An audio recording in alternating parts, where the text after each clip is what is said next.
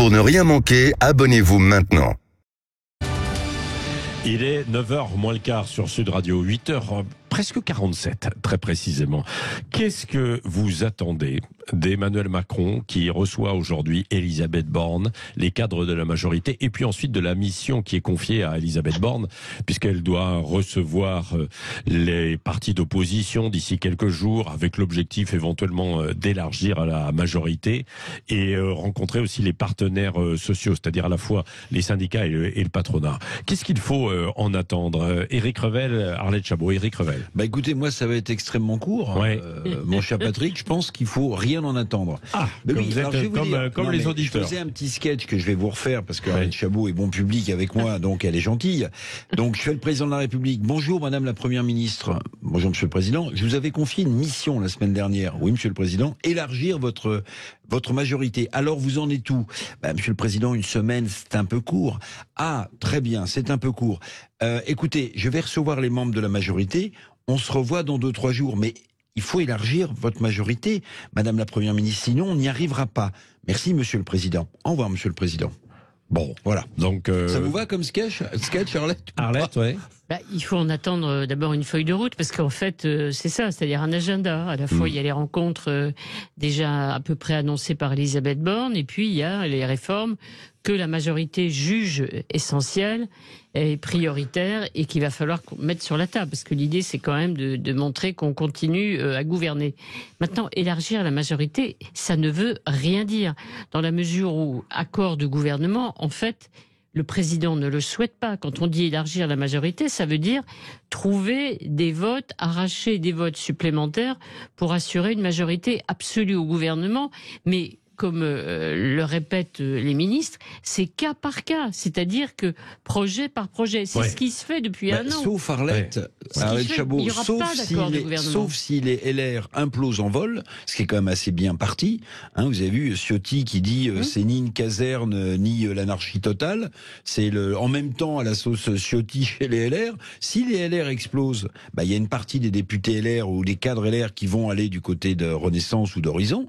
Puis une autre qui pourrait rejoindre le Rassemblement National. Mais ça veut dire partir. Ça le veut dire Rassemblement National, carrément. Ah, certains LR, bien sûr, bien sûr, certains LR peuvent rejoindre le Rassemblement National, oui. Mais ça si veut dire ça implose, du débauchage, ça. Non, ça veut dire qu'il n'y a plus de LR qui ont implosé en vol et qu'il y a une reconstruction qui se fait autour d'un centre droit un peu de droite, et voilà. Donc élargir la majorité, ça veut dire espérer l'implosion des LR pour en récupérer quelques-uns. Voilà ce que ça veut dire. Ça c'est une des premières réponses. Et puis il y a l'autre réponse, c'est qu'il y a une contestation qui continue quand même dans la rue. Demain, il va y avoir l'acte 10, la mobilisation contre les retraites, et il y a un climat qui est toujours aussi violent, quoi, bien sûr. Alors avec certains qui exploitent probablement un peu tout cela, hein. On l'a vu à Sainte-Soline ce week-end, une forme d'ultra-gauche qui vient dans ces manifestations et à Paris.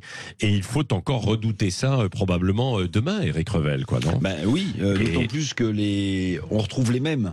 Oui. Vous savez, le week-end, ils sont en Charente et pendant la semaine, ils viennent à Paris ou dans les grandes villes. Vous croyez vraiment que ce sont les mêmes? Il y en a quelques-uns, oui. Je discutais avec quelqu'un de représentatif de la gendarmerie qui m'expliquait que oui. Il y a un certain nombre des casseurs délinquants de gauche ultra qui étaient à Sainte-Soline et qui sont partis en direction de la capitale pour mardi, c'est-à-dire pour demain, vous voyez. Pour demain. Donc ces professionnels de la casse, ces délinquants, non seulement ils cassent les mouvements de mobilisation légitimes, on peut s'opposer à la réforme des retraites, comme on peut s'opposer... Mais s'ils sont repérés, pourquoi ils ne sont pas arrêtés? C'est la bonne question. C'est la bonne question. C'est-à-dire que moi, j'arrive pas à comprendre comment, quand vous voyez ces petits groupes sur ces terrains à Sainte-Soline, avancer avec des boucliers, avec des vraies stratégies paramilitaires quand même, ces groupes. Pourquoi est-ce que le nassage, qui est peut-être interdit, pourquoi est-ce que les gendarmes les chopent pas, les entourent pas, les encerclent pas? C'est une vraie question. On les laisse repartir dans une propriété privée. Parce qu'il y a un risque probablement de... Non, alors il y a un problème de dérapage, comme on rappelle qu'il y a un manifestant qui est entre la ville et la mort, par exemple. Oui, mais il y a aussi des gendarmes qui sont... bien sûr. Donc si vous voulez, j'arrive pas à comprendre, sauf à me dire, mais là c'est un autre type de raisonnement, que finalement le chaos profite au pouvoir en place, à tous les pouvoirs. C'est-à-dire qu'il vaut mieux dégrader l'image d'une mobilisation légitime en laissant le bordel s'installer et la violence. violence, peut-être aussi. Arlette Chabot, il y a évidemment le risque d'un accident guillemets très grave. Effectivement, si manifestant meurt ce week-end, celui qui est encore aujourd'hui, cet homme de 30 ans qui est entre la vie et la mort, en pronostic vital engagé, franchement, ça aura des conséquences énormes. On peut jamais espérer finalement profiter du climat de violence. C'est vrai que les gouvernements sont toujours tentés d'instrumentaliser un peu en se disant je représente l'ordre contre le chaos, mais c'est quand même un jeu extrêmement dangereux. Donc demain, ça sera quand même effectivement, notamment à Paris, extrêmement difficile. Il n'y a pas qu'à Paris, on l'a vu aussi en région. C'est partout, c'est partout, c'est plus spectaculaire à Paris.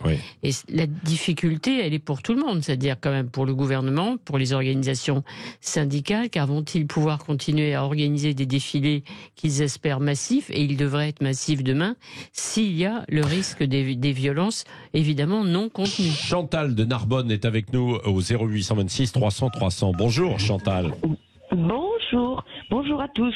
Bon. Écoutez, je vous écoute très attentivement et je trouve qu'effectivement nous sommes actuellement dans un climat lamentable, mais bon, tout ça est créé par des politiques qui n'en ont rien à faire de ce que nous pensons, et je pense qu'effectivement actuellement c'est gravissime. Donc où ils retirent leur projet et on revoit tout, et je trouve que d'ailleurs dans tous ces projets, il y a beaucoup de gens oubliés, c'est-à-dire eux-mêmes, les politiques, ils ont oublié de s'imposer la retraite au même âge que les travailleurs. C'est dommage.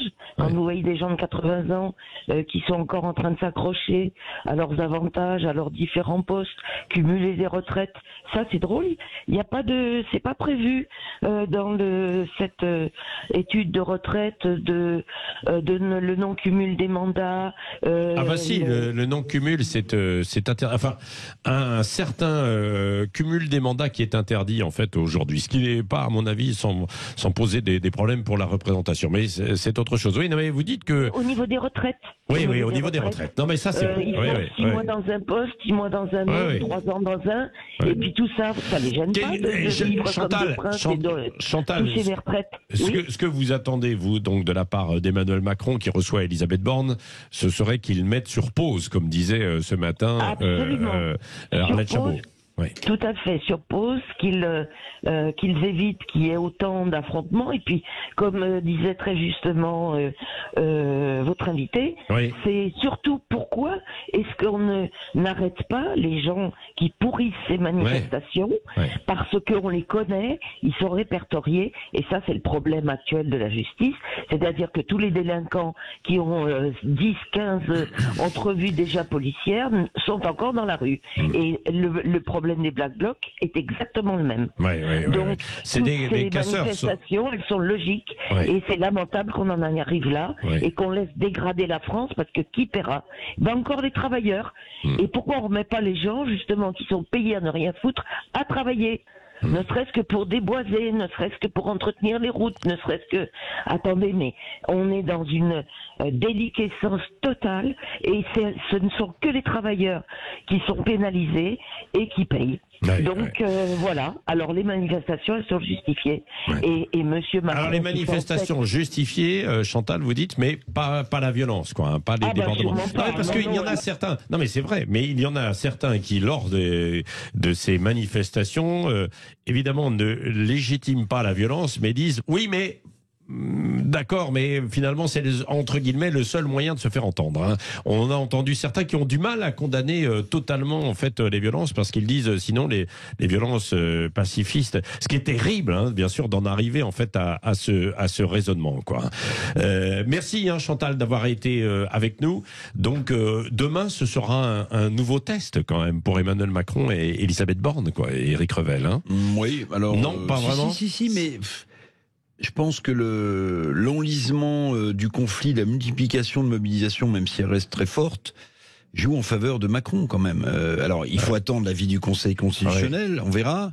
Le référendum d'initiative partagée, c'est un peu plus long à mettre en place. Très long, mais j'ai l'impression que on s'habitue à la fois au blocage. J'ai pas l'impression que le blocage des raffineries entraîne des situations aussi catastrophiques qu'on pouvait l'imaginer en début de semaine dernière. Bon, même si la mobilisation demeure forte, je sais pas. Enfin, Arlette Chabot. Mais il y a la violence, quoi, comme je disais, quoi. Oui, la violence. Ouais. Alors, qui est responsable de la violence? C'est vrai qu'il y a partisans de l'ordre qui demandent au gouvernement d'intervenir, évidemment, mais qui est responsable de la violence? Est-ce que c'est le gouvernement par sa loi? Est-ce que le gouvernement est aussi mis en cause parce qu'il est incapable de réduire la violence? C'est toujours très difficile, l'opinion. Hein. On veut de l'ordre, mais après, qui est responsable du désordre? Là, il y a débat. Là, il y a débat. Merci. Il va y avoir débat encore dans un instant chez Valérie Expert, comme il y aura tout à l'heure aussi chez Jean-Jacques Bourdin, qui reviendra d'ailleurs entre 11h et midi sur le problème de l'eau, le partage de l'eau. On l'a bien vu, c'est un point sensible. On l'a beaucoup évoqué ce matin déjà sur Sud Radio. Et puis, la question que nous posons sur les réseaux sociaux, qu'est-ce que vous attendez globalement de la rencontre entre Emmanuel Macron, Elisabeth Borne et les chefs de la majorité aujourd'hui? La réponse, elle tient dans une chanson.